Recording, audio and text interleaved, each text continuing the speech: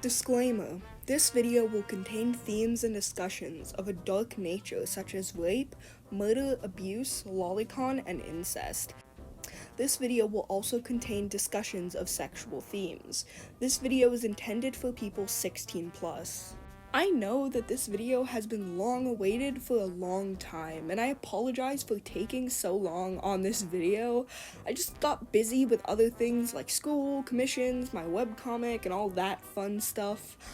I was actually almost done with this video until I took a long break from it and realized that the whole video needed a bit of a revamp. Also, I will be using my speed paint style for this video. And the reason for that is just because I've decided that the speed paint format works a lot better for video essays than the slideshow commentary style does, so I will still be using that style for video essays, but for response commentaries, I will continue to use my slideshow commentary style, so keep that in mind. Without further ado, enjoy the video. MG remaking a video essay? That's totally never happened before. This video is a remake of my pro-shipping video because that original video was not great. I don't stand by that video and the unintentional misinformation I spread in that video anymore. I'm just gonna give a warning that if you're an anti-shipper who's letting out a sigh of relief right now at the fact that I have now disowned my last pro-shipping video because you thought I was defending or sugarcoating pro-shipping, don't celebrate so early, my friends. So, this video will be discussing my opinions on the topic of pro-shipping, discussing what pro-shipping actually is, debunking the counter-arguments that go against my thesis, as well as other miscellaneous arguments and claims that aren't really counter-arguments, but that I still disagree with. There's gonna be a lot of stuff packed into this video. First, let's start with some important definitions you'll need to know to understand a lot of this video. First off, what exactly is pro-shipping? There's a lot of confusion surrounding this term, as it has a bunch of different definitions and interpretations of those definitions, but today I will be going over the definition that is not only the most relevant to this topic, but that is most widely accepted by the pro-ship community. A pro-shipper is a person who believes that all fictional ship pairings are valid regardless if they portray themes that are seen as taboo by the general public, and by fandom spaces such as abuse, rape, pedophilia, or incest.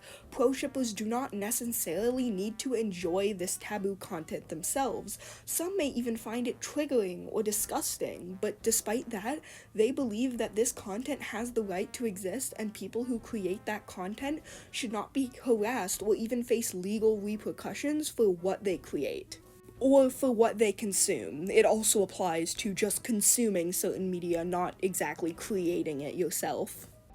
Pro-fiction, often shortened to pro-fic, is a term that is similar to pro-shipping. That means essentially the same thing, except it's more general and less tied specifically to shipping or to fandom spaces. It usually refers to all fictional work covering taboo themes in general, not just shipping, though to my knowledge the terms can be used interchangeably and both refer to the same general beliefs and mindset. Anti-shipper, often shortened to anti, is a term that refers to somebody who is heavily against pro-ship beliefs. They often believe that the portrayal of taboo themes in fictional pairings reflect the actual real-life views of the people creating these works. And that's all you really need to know for now. There'll be more definitions later in the video, but these are the most basic ones you'll need to know for the overall discussion around pro-shipping. So, what do I think about pro-shippers? Well, I refer to myself as pro-fic, so that should tell you everything that you need to know. I 100% agree with the general mindset that pro-shippers believe in. Fiction is fiction, and as long as it stays completely fictional, there's no harm being done by creating fictional works with taboo themes. I think that the censorship of fictional works is harmful to artists and writers, and is an insanely slippery slope to go down. I personally believe that anti-ship beliefs come from a personal disgust of certain content, and they think that just because it makes them uncomfortable and reminds them of real-life harmful and taboo subjects, it must be harmful in some way. Because of that disgust, they try and find evidence and logic for why these things are actually harmful, and they often don't do a very good job, which is exactly why a whole section of this video will be filled with counter-arguments that I will debunk. Something I want to tell aunties who are watching this is that just because something makes you feel uncomfortable or triggers you doesn't mean that you should fight to censor it. If you dislike something, you should have every right to not engage with that content and block the people creating it. But on the other hand, the people creating this content have every right to not only create that media but post it publicly, given it's allowed on the places they're posting it. Feelings are often not entirely logical, which is why people such as proshippers put aside their disgust of certain topics to think logically about the topic at hand. That doesn't make these feelings invalid, but basing your whole idea of fiction on these feelings without properly thinking through them is a bad idea. Anti-shippers have created sort of a straw man of pro-ship beliefs in order to make their arguments sound more understandable. The definition has been heavily rewritten by antis to basically mean people who fetishize pedophilia and incest. I think you all can understand why this rewrite would be dangerous to the lives of pro-shippers. I don't think I need to spell it out for you. The definition has slowly turned from freedom of expression to basically a pedophile with extra steps, since anti-shippers usually believe that liking a problematic pairing in media, especially for some kind of sexual purpose, means that you would also find it attractive in real life as well. They are literally rewriting the definition to make it as easy to call pro-shippers pedophilic, abusive, family-fucking rapists as possible. Again, I don't think I need to spell it out for you why that's an issue. If pro-shippers really were so immoral, why would antis feel the need to change the definition based on what they see fit? Like, yeah, no shit, if you change the definition of words on a whim, you can basically argue anything to be true. If you change the definition of leftism to mean people who like touching children, it's pretty damn easy to argue that leftism is pedophilic, isn't it? Almost every definition of pro-shipping you see when you look up the definition is backing up the definition I showed. You can't just rewrite the definition because it makes your arguments look bad. That's textbook dishonesty. Many anti-shippers also make such lovely arguments about pro-shipping and the harm it does, so let's discuss some of those now. If young impressionable children see content that's romanticizing pedophilia, incest, and abuse, they might think those behaviors are okay in real life. I agree with this statement at face value, though there's one simple solution to this. Don't let this content get into the hands of people who are too young to properly differentiate fiction from reality. Unless that content is being deliberately shown to children or posted on websites made for kids, it's not pro-shippers' fault if children find that content. These works should have mature content warnings on them, and if they don't, then that's the individual creator's fault, not the fault of the pro-ship community or mindset as a whole. Also, some of the content often discussed in these discussions is pornographic and probably shouldn't be in the hands of young children anyway, whether it features incest, abuse, and pedophilia or not. And yes, a few little kids with unrestricted access to the internet could gain access to this content no matter how well you hide it from them. But at that point, they're probably seeking it out, and that's not really the pro-shipper's fault. And fuck, by this logic, anything not kid-friendly isn't allowed on the internet. Fictional violence, fictional gore, pornography in general, not even just the stuff you personally find gross or immoral. Moral of the story, pro-shippers aren't babysitters. They are not responsible for your fucking kids. A victim of childhood sexual abuse or sexual assault might see this content and it might trigger them. A lot of things might trigger a victim of abuse or assault. It entirely depends on the person and what they as an individual went through. Just because a certain kind of content makes someone upset or gives them a negative emotional reaction doesn't mean the content is inherently immoral or should be purged from the internet. Certain clothes, scents, sounds, and feelings could even trigger a victim in some cases, even if they seem innocent to people who cannot relate to their experience. Again, this is why warnings exist, and if this content is not being properly tagged or spoiled, that is the fault of those individual pro-shippers. That doesn't make that content that they're creating or consuming inherently immoral.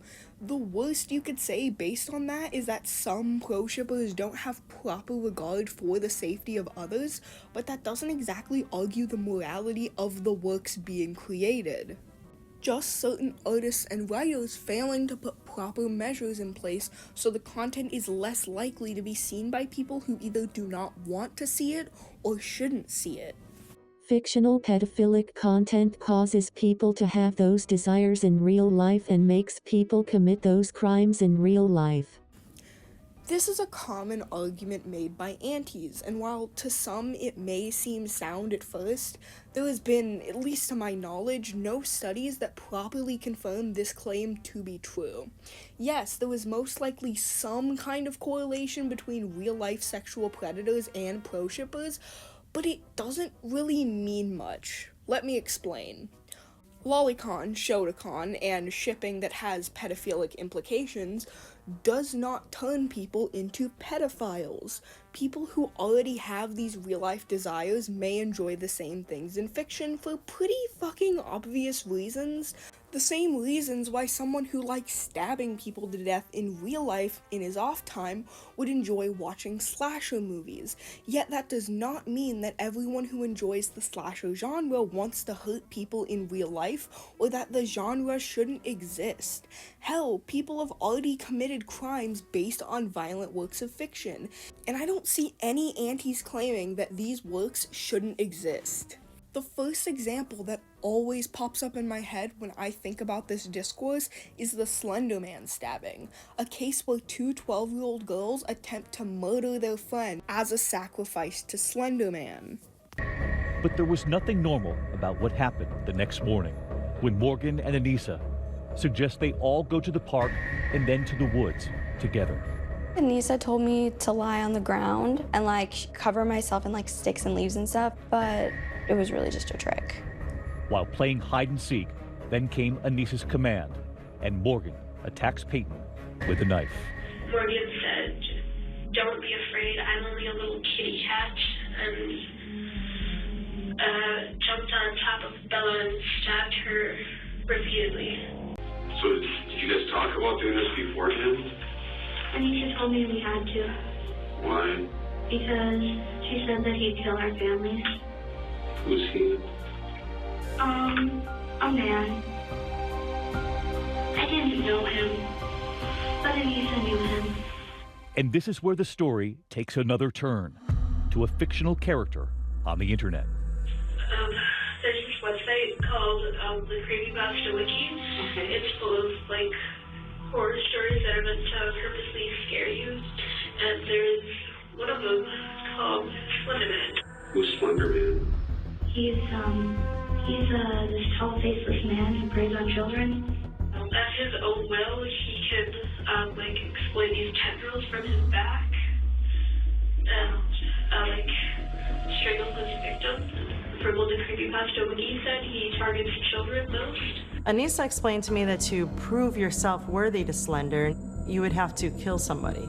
Morgan said, "We have to kill Bella." The fictional work did have something to do with this crime, it's quite clear, but I don't see anyone blaming the fictional character or the people who wrote it for the atrocity.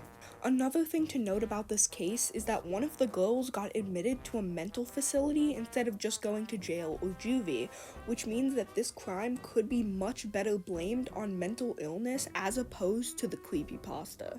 A Wisconsin girl who admitted to participating in the stabbing of her classmate 19 times will avoid jail time. Jurors reached a verdict late last night in the trial for Anissa Wire. She pleaded guilty in August to the stabbing to please horror character Slender Man, but claimed to be mentally ill. Along with her friend Morgan Geyser, the two stabbed their classmate back in 2014 when all three were just 12 years old. After weeks of testimony over her mental state, the judge chose to send Anissa to a mental hospital. Also, the Slender Man stabbing is far from the only crime that has some kind of link to a piece of fiction. Unfortunately, while the no visible link, nothing to see here argument is best for those who, like me, do not believe in restriction or censorship of artistic expression, well, like it or not, when this deranged psychopath in Colorado dresses himself up like a supervillain, shoots up a movie theater and tells the cops he's the Joker, or when Anders Behring Breivik, remember him, goes on a killing spree in Oslo and calls Call of Duty his training simulator, well, that's called a link, folks. An incredibly unreliable and very likely facetious link put forth by a diseased mind, yes, but I do think it means we kinda have to at least talk about it, yeah. Charles Manson claimed his actions were influenced by a Beatles song, and you can bet your bottom dollar that at no point in the recording of the White Album did the record producers sit around and say, you know, Helter Skelter's a great track, but doesn't it sound like something that will clearly inspire a California cult leader to commit a series of brutal murders aimed at kickstarting an apocalyptic race war? You cannot accurately predict the actions of a madman. That's what makes him a madman. The point I'm trying to make here is that anti-shippers usually only throw a fit about dark media when it's sexual or romantic, which is a really weird specificity to have, but it's most likely based on moronic anti-kink and anti-porn beliefs. But it makes them look really silly when you see anti-shippers eating up dark, morally questionable, and violent content, but throwing a fit on the ground like a toddler when they see someone enjoying similarly dark, morally questionable, and violent content because it's just a tad horny. Oh look, this next counter-argument is a rebuttal to what I just said. Let's hear it. Rape is inherently worse than murder, which is why you can portray one in a fictional setting and not the other. That is entirely subjective? How is rape worse? By what standard? I mean, you're completely valid to have that view, but that doesn't mean it should be an objective standard to base the moral validity of fiction off of. The morality of murder versus rape is a very complicated and nuanced discussion to be had, so boiling it down to rape is worse than murder because I said so, period, end of discussion, is useless. Again, you can totally have that viewpoint, but it's just that, a viewpoint. A singular fucking viewpoint. Your personal view on the morality of rape and murder do not prove anything in this discussion other than the fact that you have an opinion, I guess. An argument antis often use to justify their viewpoint is that murder can be justifiable or accidental while rape cannot be. This is completely untrue, like factually untrue. When you look up the definition of murder, Oxford Dictionaries says the following: the unlawful premeditated killing of one human being by another. First of all, accidental murder is out of the picture because it needs to be premeditated, aka planned out or thought through beforehand. Accidental murder doesn't fucking exist. Now, let's see what Merriam-Webster has to say. To kill a person unlawfully and unjustifiably with premeditated malice. So not only does this back up my earlier claim, it also says that murder must be unjustifiable, meaning murder that is justifiable is also not a thing. To justify something means to show that it is right or reasonable. Murder cannot be right or reasonable by definition. That's why homicide by itself isn't a crime, but murder is. Homicide can be accidental. Homicide can be justifiable. Murder cannot be by its very definition. Lolicon is illegal, so it must be morally wrong. Are we really going to argue that the legality of certain actions dictates the morality of them? Really? Is that really where we're going here? First of all, what laws are we talking about here? Each country has its own laws that differ from each other, and I am very sure that you could find somewhere in the world that does not have any kind of law against lolicon.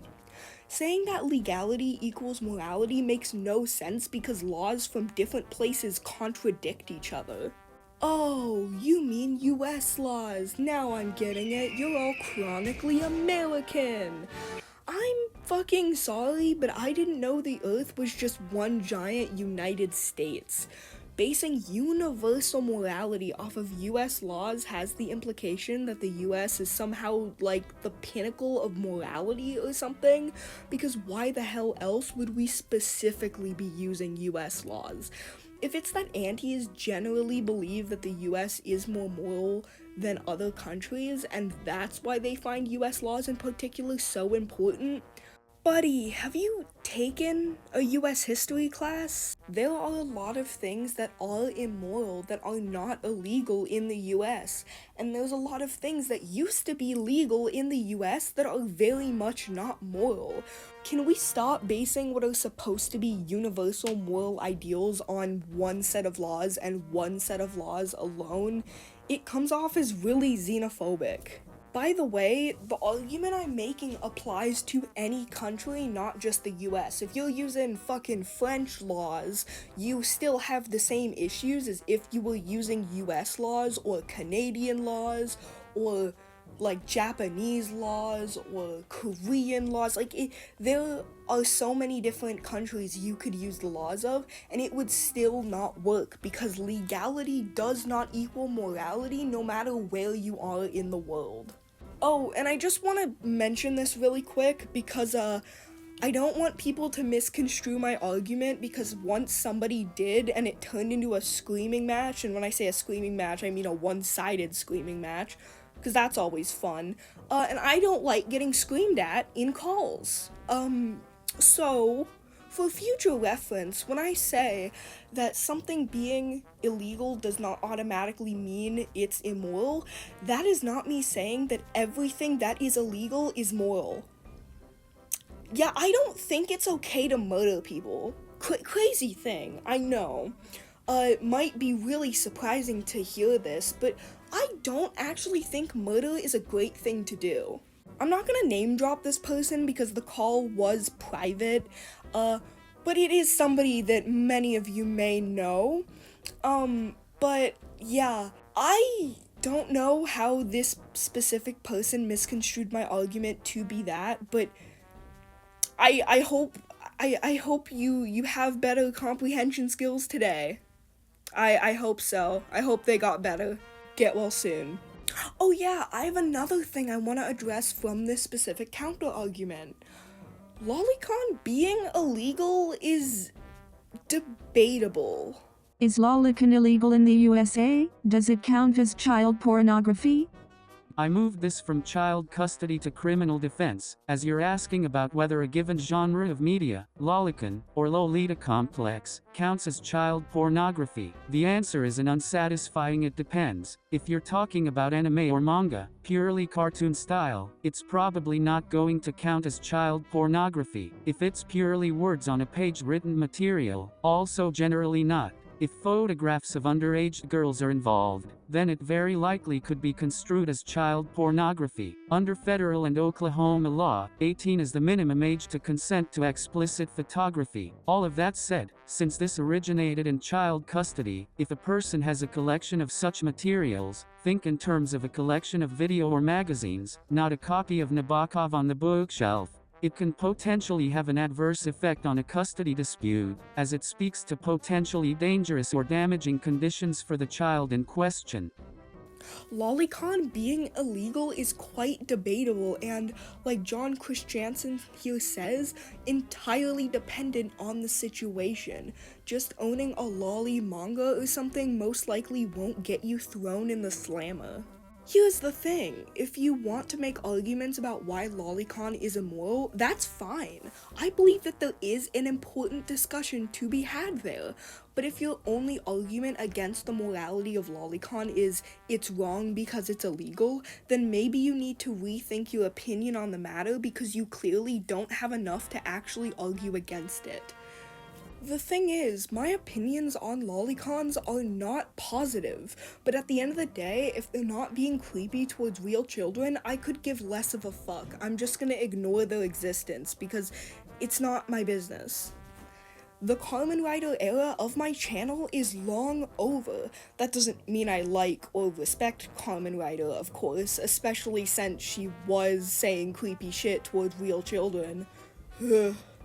But at the end of the day, if she wants to be a lolicon, then whatever, that's her thing, that's her business. If fiction doesn't affect reality, then how does propaganda work? What about deepfakes that can harm the people being deepfaked? What about the Truman delusion? Okay, first of all, fiction does affect reality. I don't think most pro-shippers are arguing against you on that. It doesn't affect reality to a 1-to-1 ratio, but it does in fact affect reality. That doesn't debunk pro-ship and pro-fic beliefs though, and through the examples given in this counter-argument, I will explain exactly why. First of all, propaganda. Propaganda works so well to brainwash and indoctrinate people because it is directly trying to tell you things about reality. It is quite literally made to affect reality. The people pushing the propaganda are trying to get the victims of that propaganda to agree with the viewpoint depicted in real life, and they want these people to act on these beliefs. The majority of pro-shippers want their works to stay fictional and not be repeated in real life. They aren't trying to convince you that you should follow through with the acts that are depicted in the fictional setting. And about deepfakes. Deepfakes are literally pulling real things, in this case people, into a fictional work. This obviously could harm the people being depicted. This also applies to things like real-life shipping. Those drag real people into those works of fiction despite the fact that they might not be okay with it. If you are directly involving somebody with a fictional work and they are uncomfortable with it, you should stop involving them. This also applies to people's OCs, as the artists have the rights to those creations and should be allowed to tell someone to not include those characters in certain fictional works. That's just boundaries. It's their character, it's their rules. Now, lastly, the Truman delusion. I actually got this counter-argument from my significant other. He didn't agree with me on a lot of the opinions I had on this topic, so, like normal people, we had a civil conversation about it. And it brought up the Truman delusion, which is a delusion that you're constantly being filmed and that your life is a staged reality show. The condition is named after The Truman Show, a film about a man who experienced exactly that. The name was because some of the people experiencing these delusions did watch this film, implying some kind of correlation between watching the film and these delusions, though these people did also have a history of mental health issues that could have caused these delusions. People who suffer delusions would suffer them regardless of if The Truman Show existed or not. Someone with schizophrenia could watch My Little Pony and then run around telling everyone that Queen Chrysalis is secretly impersonating their spouse. Sure, The Truman Show may have a correlation to this specific type of delusion, but that doesn't exactly prove much, because you wouldn't call to censor The Truman Show because of these delusions, would you? If The Truman Show should be censored because it may cause people who have mental illness to gain a certain delusion based around the plot of that movie, then every movie, show, game, etc. should be censored, because this could happen with any piece of media. Maybe we should be trying to treat the underlying mental illness causing these delusions rather than censor literally everything. It's okay if you portray dark themes in media as long as you don't romanticize or sexualize them. This argument often comes from a good place, and it seems sound and justified at a first glance, but I have a few issues with this argument, so many issues in fact, that I made a whole video on this specific argument. If you want my full opinion where I go into depth about the discussion, of the morality of romanticization, watch that video, link in the description. For the lazy people though, do not worry, I will summarize. Romanticization isn't inherently harmful, at least in my personal opinion based on my interpretation of the definition. To romanticize something in a piece of media, be it visual art or written stories, you just need to make the dark or upsetting subjects depicted look better than they are in reality. That is essentially the only qualification. Almost all art does this to an extent, and it doesn't necessarily imply the promotion of these topics. If you draw gore in any style that isn't hyper-realistic, it's technically romanticization, meaning the implication that art featuring romanticization is harmful by default because it's romanticization doesn't make a lick of sense. Sexualization of dark themes in a piece of media is also not really inherently harmful. The sexualization of these themes could be done for a number of reasons, someone's personal fetish being only one of them, and even if it was someone's fetish, that's none of your damn business and isn't something you should be demonizing someone over, as long as they aren't practicing harmful behaviors in real life or promoting practicing harmful behaviors in real life. People might depict dark themes this way for shock value, contrast, to get into the head of a character with these fetishes, etc., etc. My favorite example of the sexualization of dark themes to bring up in this discussion is probably Salad Fingers, a series that clearly portrays its main character being a sexual masochist, and even in later episodes, a necrozoophile. This is, by definition, the sexualization of self-harm, among other things. But of course, antis don't care about this insanely popular web series. But when it's convenient to harass a random, usually queer, artist with 3 followers on Twitter, suddenly portraying certain themes in this way becomes a problem. Whatever reason a person decides to engage in this form of artistic expression is valid, as long as they aren't okay with these themes being sexualized or promoted in real life. You're allowed to find these things gross. You're even allowed to question the morality of the artist because of it, but that is your interpretation, and forcing it on others, or even on the artist, is insanely immature. And similar to my last point, even if romanticization was inherently immoral, what every person considers romanticization is subjective, and again, forcing your personal interpretation of a piece of work onto others is stupid, especially if you start harassing people over it, or make the claim that it is objectively immoral or harmful to people in real life. A more miscellaneous point I want to discuss is the weird correlation between anti-shippers and racism. Because this claim is so bizarre at a first glance, I tried extremely hard to find good evidence of this, and I found a thread created by Sam Oberheim that shows a large amount of evidence regarding exactly that. The anti-ship community seems to have a large problem with racism, specifically towards East Asians and to a lesser extent Hispanics and Black people. Keep in mind, this is in no way me saying that being an anti-shipper makes you racist or that all anti-shippers are racist. This is mostly just me showing the correlation between racism and anti-shippers and why I believe this to be the case. I don't really have much to say about the anti-Black and anti-Hispanic racism, as I don't really have much of an idea about why specifically anti-shippers are treating those groups poorly other than their own shitty biases, but I do have an idea about why they treat East Asians poorly, specifically Japanese people. My view on it is that Japanese media seems to be viewed by anti-shippers as inherently perverted. Anime is known here in America partially for its pervertedness, especially regarding underage characters. Japan's age of consent was also 13 until June of 2023. The lolicon genre is also from Japan, as well as genres that antis view as homophobic, such as boy love and yaoi. Trust me, we'll get more into that later. Japan has a lot of things that antis dislike. The normal thing to do would be to just not support the content, but antis are not normal, so what do? Be racist, I guess, because that's the normal reaction to seeing something you dislike, I suppose. By the way, by me mentioning the age of consent in Japan, or I guess the former age of consent in Japan, that's not me saying that it's racist to criticize Japan for having a low age of consent. That's totally fine to criticize, just don't tie it back to how evil Japanese people and their culture is, because a lot of people try and do that, and it's shitty and it's stupid.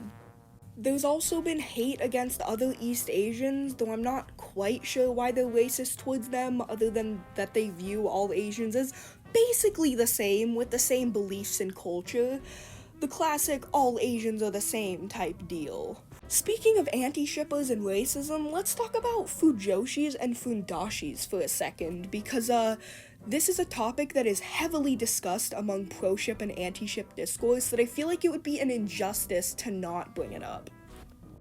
A fujoshi, meaning rotten girl, is a Japanese term that refers to a girl who is a fan of Japanese male-on-male genres such as yaoi or boy love. A fundashi, meaning rotten boy, is another Japanese term that refers to a boy who is a fan of Japanese male-on-male genres as well. The anti-ship community generally finds these people to be perverted fetishists.